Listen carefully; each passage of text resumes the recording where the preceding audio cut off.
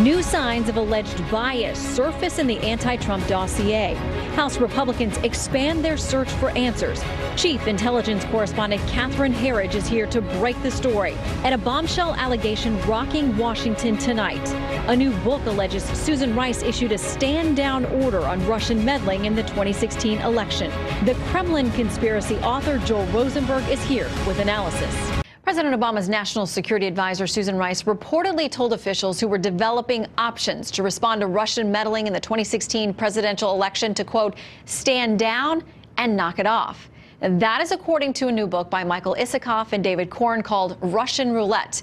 Let's discuss it with Joel Rosenberg, New York Times bestselling author and author of the brand new book, The Kremlin Conspiracy. Great to have you with us, Joel. Thank you. Great to be with you. Okay, what do you make of this? I want to read a little bit more of this. Apparently, there were folks who the president well knew what was going on. Intrusions into state election systems, stealing emails. They knew all kinds of things were going on. And there were teams that were trying to get a response together. Then they were told by Susan Rice, according to this book, don't get ahead of us, she warned him. The White House was not prepared to endorse any of the ideas.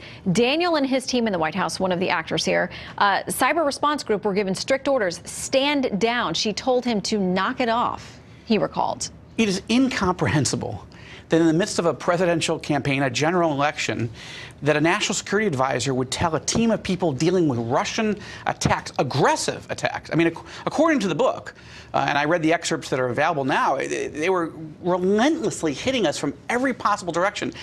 And this team of government officials were trying to figure out, A, how to stop it, then how to counter it, then possibly how to punish the Russians to make sure they would stop it for good.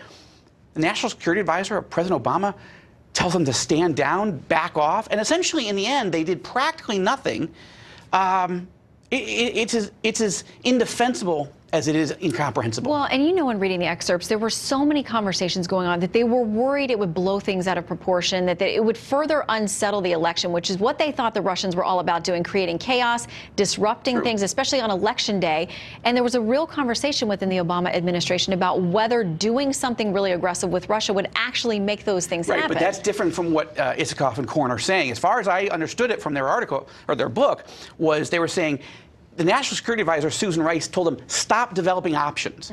Not which one is the right one to use, let's go use that one instead of that one. That's what leaders do, make choices of options. You tell a team, stop developing options, and therefore we're not going to do anything to stop Russia. I mean, look, we did this new poll. We released a new poll done by John McLaughlin, one of President Trump's pollsters. So, and we released it this week with part of the novel, you know, because I'm writing about fiction, a Russian dictator trying to mess with us and NATO. But I wanted to understand what Americans really think about Vladimir Putin in real life. 72% of Americans say Vladimir Putin is a clear and present danger to the United States and our allies because of all of his invasions, his cyber attacks. I mean, invading Georgia, invading southern Ukraine, invading eastern Ukraine, slaughtering people in Syria. They see him as a problem. They don't see yet President Trump convincing them that he fully understands this threat and is willing to deal with it effectively. 52% say the president is not convincing me yet. Yeah, because they've heard him talk tough with Iran and with other places, with North Korea. Right. They don't see it on the same level with Russia, although the administration a couple weeks ago laid out everything we've done with response to Russia. And there have been some really tough actions. But a lot of, as you say, average Americans don't see that he's taking the same tough tack as he does with some of these other foreign adversaries. Look, I'm not saying that the president's policies so far are bad. Like, he's increasing defense spending dramatically in the United States. He's pushing NATO to spend more on their own defense, and they're doing it. He's got a great national security team around him. But he is radio silent when it comes to Vladimir Putin, the worst dictator on the planet. And he's tougher on Jeff Sessions than he is on Vladimir Putin. And, you know, my fictional dictator takes this as weakness. There was a quote by Vladimir Lenin years ago, and he said, probe with bayonets. If you find mush, push. If you find steel, stop. Putin is probing us for weaknesses in cyber, in invading countries, in taking out dissidents, and under Obama, mush.